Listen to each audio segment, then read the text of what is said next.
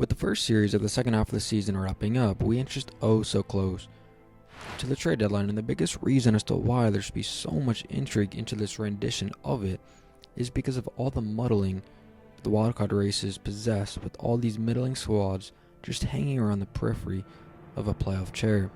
Now, because of that, a lot of what you're going to hear emanating from insiders and alike are just how crucial these next 10 to 12 games are for these teams. It'll decide whether they go for it or sell off some pieces. Now to that, man, I just gotta say this, that's an asinine process.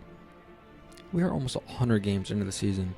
If you don't know or quite yet glean if you're a team good enough to make a run in the World Series at this juncture of the season, then frankly you're just a bunch of dunces who don't deserve to be in front offices. I mean, honestly, it's just ridiculous. And for some teams like the Cubs, Rays, and Padres, their core has been together for multiple years now, so you know what you have, or at least you should. So now that we established how seemingly asinine and how ridiculously run these front offices are, I got a solution. And for one of the teams I just mentioned, ladies and gentlemen, the Chicago Cubs. The Cubs are a team that has been fluttering around 500 with a lackluster offense this entire season.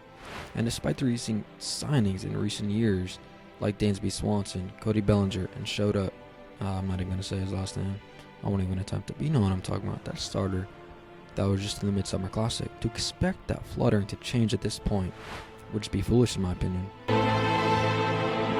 So with that said, one of the benefits to having a muddled playoff picture, as I alluded to, is being a seller. You know how market works, right?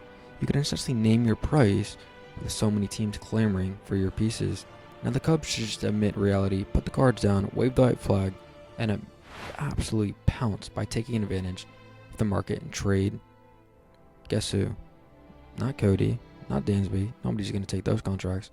But no, their prized Cy Young candidate in Justin Steele. Now I know what you're thinking. Scuttlebutt, that's ridiculous.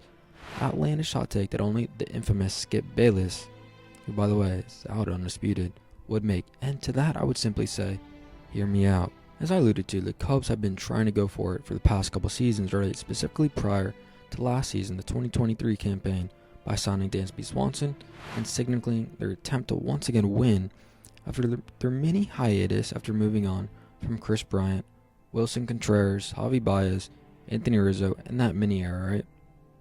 The signing of Dansby, as well intended as it might have been, just has not worked out. There's no two ways around it.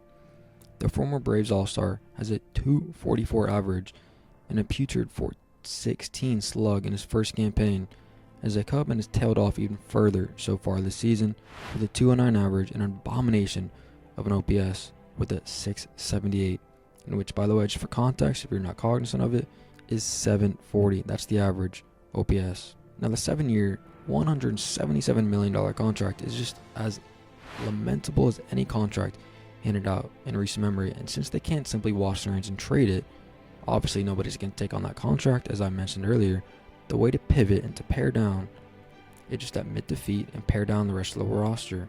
Now, two other signings they made in efforts they're trying to win were obviously Cody Bellinger and Shota. Yeah, I'm not going to say his last name again, but you know what I'm talking about.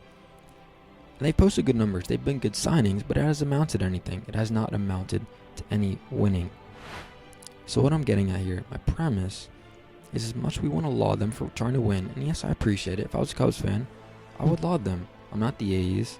I'm not the Rockies, who seemingly never try to win. They attempted, but it's failed, and it's simply time to admit it. And in a market depleted of attractive arms, as really only Garrett Crochet of the White Sox is the true appealing one out there, the Cubs putting Justin Steele on the market has got to be the optimal move, and frankly, it's the most prudent one for the franchise moving forward. Justin is by far the most attractive asset, given age, contract, and production, as I don't think a team would give up much for Cody, given his contract being laced with player options, and Christopher Morel just having a disastrous season. And for me, the most logical and optimal fit would be the World Series hungry Baltimore Orioles. Listen, the Orioles are in a bit of a swoon right now, having lost 8 of 13 games, which has resulted in their inability to separate themselves from the Yankees amidst their own swoon, which means they will ostensibly be in a dogfight the rest of the way for the AL East crown, which in my opinion has never been more important because of the advent and elimination of the third wildcard. You want to avoid the wildcard series. Why be in it? Just win the division and take care of that. Secondly, as much as people want to take care of their window, they want to talk about the window, right? They want to say, yeah, we got multiple years to compete and potentially win a World Series. Our young players are not making any money, they're only improving. Yeah, man, I don't want to test fate though. That window can slam shut quicker than you think. Why let it linger? Don't test fate. You got the shot now, pounce on it.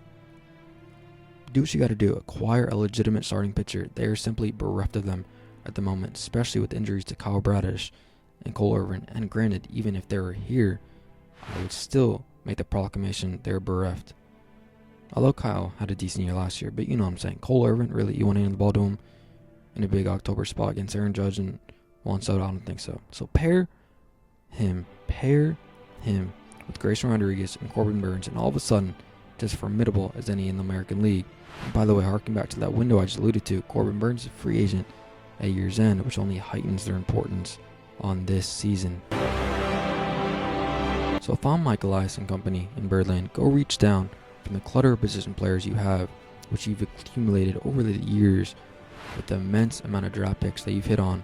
Go trade an outfielder Colton Cowser, or shortstop Jackson Holliday, or even Jordan Westbrook. Go send one or even two of them to Chicago and pry Justin Steele away and fortify a rotation in dire need of fortification.